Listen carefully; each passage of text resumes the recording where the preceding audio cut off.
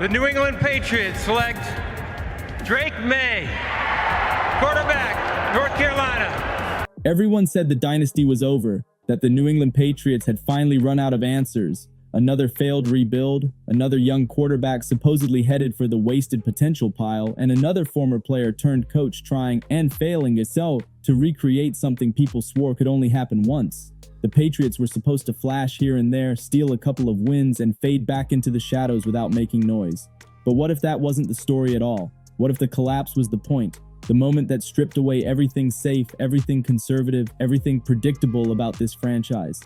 Just in, Adam Schefter, go. All right, Greeny, the New England Patriots and Mike Vrabel have reached agreement for him to become the next head coach of the New England Patriots.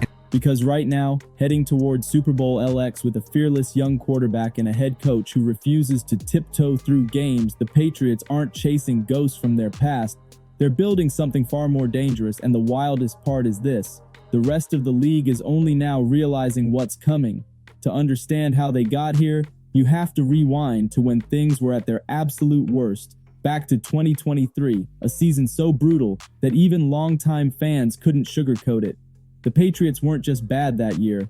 They were historically, painfully, embarrassingly terrible. The offense was so dysfunctional that analysts didn't need tape to diagnose the mess. The results spoke loud enough. We all see the offense's deficiencies the Patriots are dealing with this season, and it's so bad that even Julian Edelman is calling out his former head coach for the wit.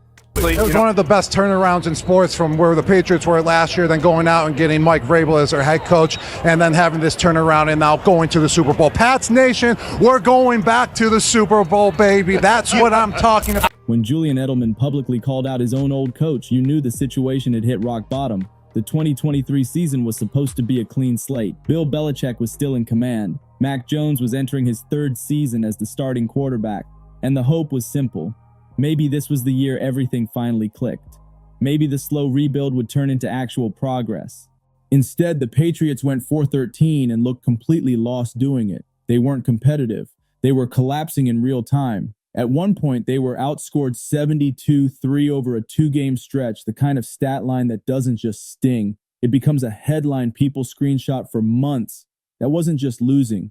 That was hitting bottom in a way New England hadn't seen in decades, and that rock bottom moment is exactly where the real story begins. Because sometimes the only way to rebuild something powerful is to let the old version completely burn down first. You realize you were the second youngest quarterback at 23 years old to be starting this Who? with Dan Marino. Process team, man. What effort out there tonight. We're going to the Super Bowl. That sounds pretty good. That sounds pretty cool. Think about that for a second. 72-3. That kind of score doesn't just signal trouble, it screams disaster. The Patriots went 34 straight possessions without scoring a single touchdown, a drought so brutal that fans started checking the scoreboard like it was some kind of glitch.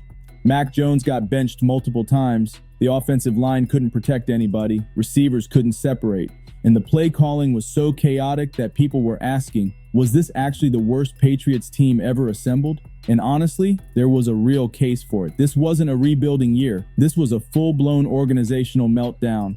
Fans who'd spent 20 years watching a dynasty suddenly found themselves bracing for embarrassment every single Sunday. The Patriot way, the culture that once defined dominance, looked shattered, like all the structure and discipline from the old era had evaporated overnight. And the worst part, it was about to get even uglier before it got better. Because 2024 somehow took the dysfunction and raised it another level. Bill Belichick was out, ending the most successful coaching run in NFL history. The franchise moved on, stepping into the unknown. In came Drake Maye, a former Patriots linebacker and Super Bowl champion brought in to restore that championship DNA and rebuild the mentality that once made this team terrifying. But the challenge was massive, and Mayo had never been a head coach before, and it showed fast. The Patriots went 4-13 again, matching the previous year's collapse. They opened the season 1-6, then dropped 6 straight games, their longest losing streak since 1993. Every single part of his game is perfect. He can come in right away. He can win you a Super Bowl in the first year. Realistically, though, it's going to take time, obviously. Every week felt like another chapter in a disaster nobody could stop, and the fan base had no choice but to watch a proud franchise stumble through growing pains that looked bigger than anything New England had faced in decades. These weren't just losses, they were warning signs that the old blueprint wasn't coming back. And for a franchise that lived on structure, identity, and discipline, watching everything fall apart this violently was the clearest sign that change wasn't optional anymore. It was the only way forward. The roster in 2024 was somehow even worse than the year before, and that's saying something. The talent gaps were obvious, the depth was shaky, and the frustration level around the locker room kept boiling higher every week. That's when Drake Maye, trying to spark something, publicly called his team soft after a tough loss, and the comment exploded instantly.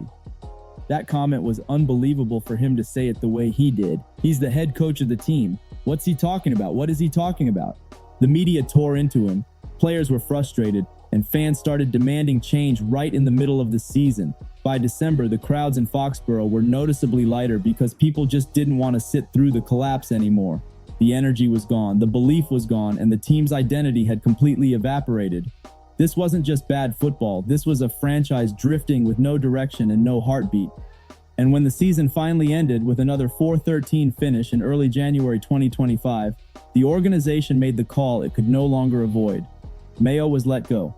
2 straight seasons matching the worst record in Patriots history. 2 straight years of humiliation that felt endless for everyone watching. And somehow, out of all that wreckage and frustration, the Patriots were about to make a move nobody saw coming. A move that would flip the entire league's expectations upside down. Because on January 12, 2025, the announcement dropped. The Patriots had hired Mike Vrabel as their new head coach. Just in, Adam Shaw, go. The breaking news hit the timeline like a fire alarm. Vrabel, a former Patriots legend, a proven leader, and a coach known for toughness, detail, and no-nonsense football, was coming back home to rebuild the franchise from the inside out.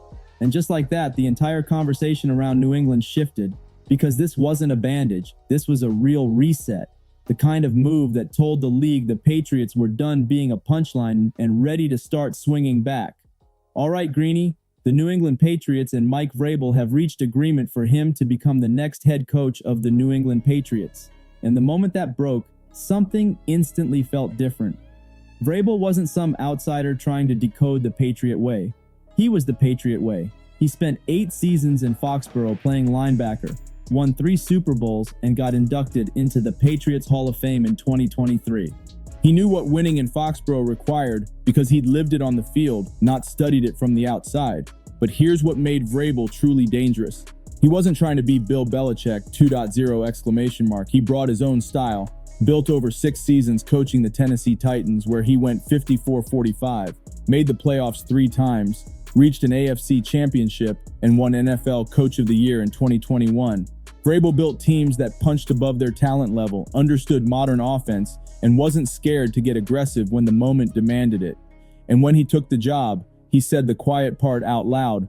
Drake Maye was a massive reason he wanted to be in New England. That's how much he believed in the kid. Maye had just survived a rough rookie season on a 4-13 roster, throwing 15 touchdowns and 10 interceptions, but Vrabel saw something deeper, something most people hadn't fully recognized yet. It's time to quit saying, hey, Drake Maye is, one of the best young quarterbacks in football. He's just one of the best quarterbacks in football. That wasn't hype. That was Vrabel stamping his quarterback with real belief. Drake Maye came into the league as the 3rd overall pick in the 2024 NFL Draft out of University of North Carolina. And the Patriots didn't throw him into the fire instantly. They sat him for the first few games, letting him learn the offense behind closed doors, letting him breathe, letting him get comfortable before the chaos hit. And when he finally stepped on the field in Week 6 against the Houston Texans, he looked like a problem right away. Completing 20 of 33 passes for 243 yards with 3 touchdowns and 2 interceptions. Not perfect, but absolutely electric, and more importantly, it showed the one thing Vrabel believed in the most. Drake Maye wasn't just the future. He was already becoming the guy right in front of everyone's eyes. He had flashes, real flashes, the kind that told you Drake Maye had something special cooking. But the team around him in 2024 was so broken that none of it mattered. The Patriots lost that game, they lost most of their games, and Maye finished the season with 2,276 yards, 15 touchdowns, and 10 interceptions across 12 starts. He looked promising, but he was stuck on a sinking ship with no protection, no rhythm, and no real direction.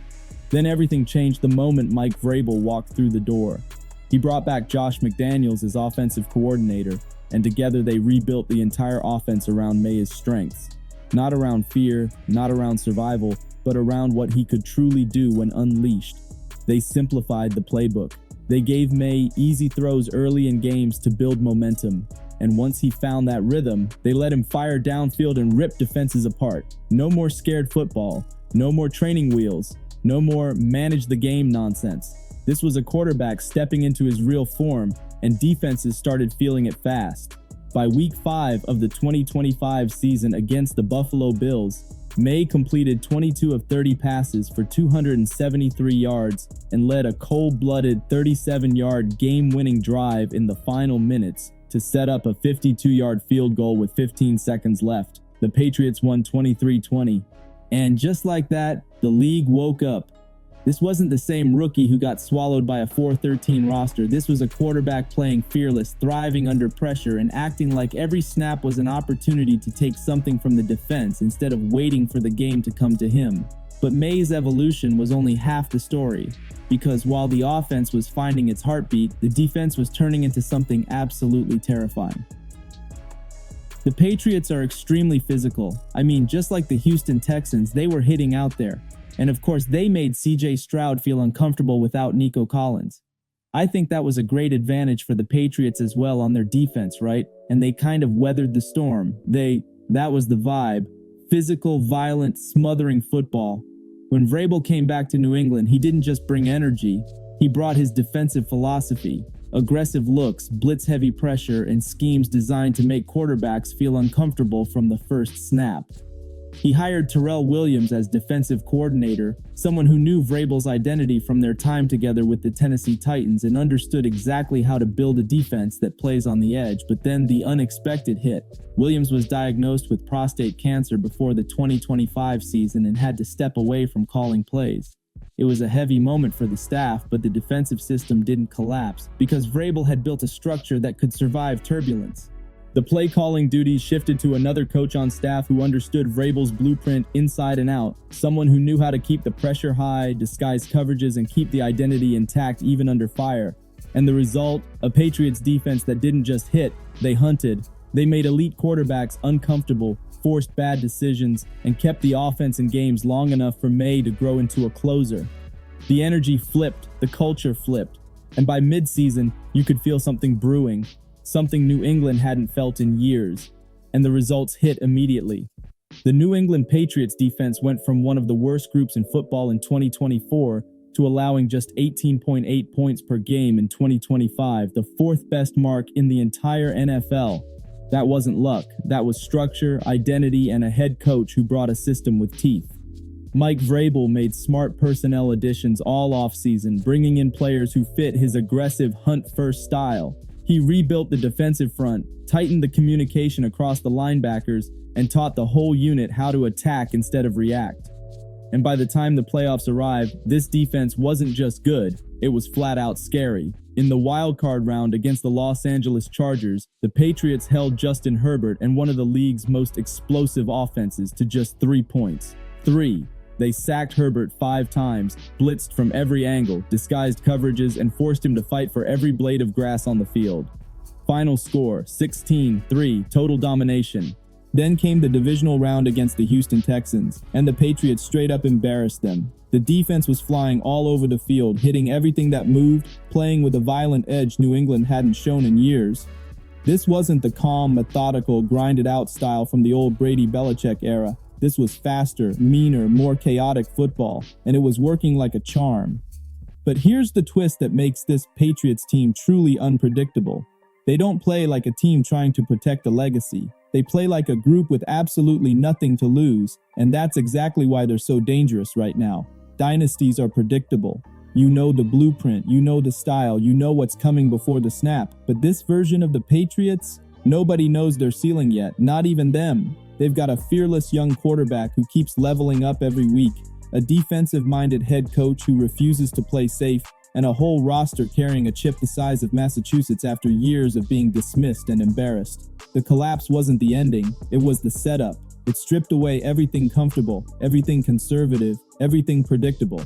What came out of the rubble wasn't a rebuild. It was an evolution, a complete transformation into a team built for chaos, pressure, and surprise attacks. The Patriots didn't try to recreate the past. They created something new, something aggressive, something volatile, something built to punch first instead of waiting for the moment. And now they're going to the Super Bowl, from 4-13 to AFC champions in a single season, from organizational disaster to the biggest stage in the sport. The dynasty didn't die. It mutated into something the league has never seen before. And whether they win the whole thing or not, one truth is already stamped into the season. The Patriots are back, and they're way more dangerous than anybody expected.